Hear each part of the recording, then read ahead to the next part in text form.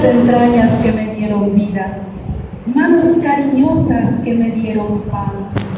Cómo se hizo nada lo que fuera todo, cómo se hizo angustia lo que fue cantar. Mi madre era joven, la casa era vieja, mullidos los lechos sabrosos de andar. Éramos pequeños, teníamos entonces el alma de luna, de flor, de cristal. Pasaba mi vida soñando en las hadas o escribiendo cartas para Baltasar. Cuántas veces, cuántas, con manos traviesas despojé de rosas el mejor rosal. Dejé que volara el canario lindo como un madrigal y lloré más tarde por aquel reproche que fue al mismo tiempo ternura y piedad. Oh, mi madrecita, grácil y morena, que tan suavemente me enseñó a rezar, que encendía en las noches lámparas azules y en las tardes buenas amasaba el pan. Siempre diligente, siempre compasiva, cuidando de todo, dispuesta a ofrendar.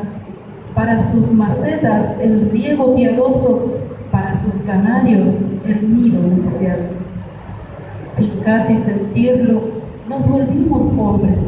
Nubló nuestras frentes surcos de ansiedad.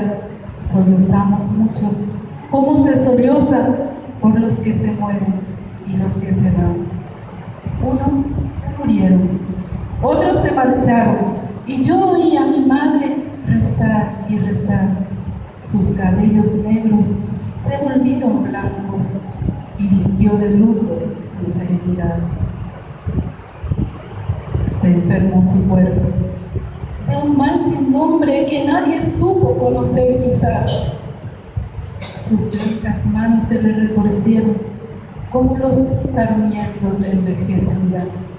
Cuando aquella tarde nos llamó a su vera para bendecirnos y morir en paz. Yo que la adoraba con ternura inmensa, como un débil niño le grité: mamá. Sé que está en el cielo, porque fue su vida toda transparencia, toda suavidad. Y aunque ya no escuche su plegaria inmensa, sé que me bendice desde el más allá. Benditas entrañas que me dieron vida, manos cariñosas que me dieron pan. Cómo se hizo nada lo que fuera todo, cómo se hizo angustia lo que fue cantar.